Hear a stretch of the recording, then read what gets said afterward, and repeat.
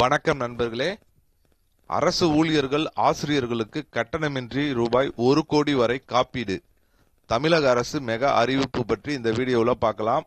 அதுக்கு முன்னாடி நம்ம சேனலை இதுவரைக்கும் சப்ஸ்கிரைப் பண்ணலன்னா சப்ஸ்கிரைப் பண்ணிக்கோங்க. அப்படியே பக்கத்தில் உள்ள பெல் பட்டனை மறக்காம பிரஸ் பண்ணிக்கோங்க. அப்பதான் நம்ம சேனல்ல இது போன்ற வீடியோக்களை அப்லோட் செய்யும்போது உங்களுக்கு தொடர்ந்து கிடைக்கும். வாங்க வீடியோக்குள்ள போகலாம்.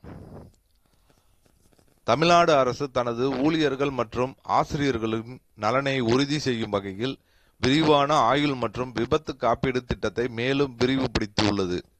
இதன் மூலம் தகுதியுள்ள அரசு ஊழியர்கள் மற்றும் ஆசிரியர்களுக்கு எந்தவித கட்டணமும் செலுத்தாமல் ரூபாய் 10 லட்சம் ஆயுள் காப்பீடும் ரூபாய் 1 கோடி வரை தனிநபர் விபத்து காப்பீடும் பெற வழிவகை செய்யப்பட்டுள்ளது. இந்த திட்டத்திற்காக கடந்த ஆண்டு மே மாதம் முன்னணி 7 வங்கிகளுடன் புரிந்துணர்வு ஒப்பந்தம் மேற்கொள்ளப்பட்ட நிலையில் தற்போது பஞ்சாப் நேஷனல் வங்கி, தமிழ்நாடு மாநில தலைமை கூட்டுறவு வங்கி மற்றும் பேங்க் ஆஃப் இந்தியா ஆகிய 3 வங்கிகளும் இதில் இணைந்துள்ளன. இதற்கான அரசாணையை நிதித்துறை செயலர் உதயச்சந்திரன் வெளியிட்டுள்ளார். இந்த காப்பீடு திட்டத்தின் கீழ் பணியில் இருக்கும்போது விபத்து காரணமாக உயிரிழப்பு ஏற்பட்டால் ஊழியரின் குடும்பத்தினருக்கு பொருளாதார பாதுகாப்பு வழங்கப்படும். அதோடு குழந்தைகளுக்காக கல்வி உதவி மற்றும் திருமணமாகாத மகள்களுக்கு திருமண நிதி உதவி போன்ற கூடுதல் சலுகைகளும் இதில் இடம்பெற்றுள்ளன. வழக்கமாக காப்பீட்டுக்கு கட்டணம் வசூலிக்கப்படும் நிலையில் அரசு ஊழியர்களுக்கு முழுமையாக இலவசமாக இந்த வசதிகள் வழங்கப்படுவது குறிப்பிடத்தக்கது.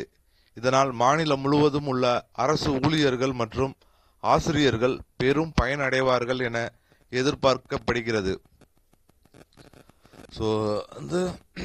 அரசு ஊழியர்கள் மற்றும் ஆசிரியர்களுக்கு ரூபாய் 1 கோடி வரை காப்பீடு பண்ணியிருக்காங்க.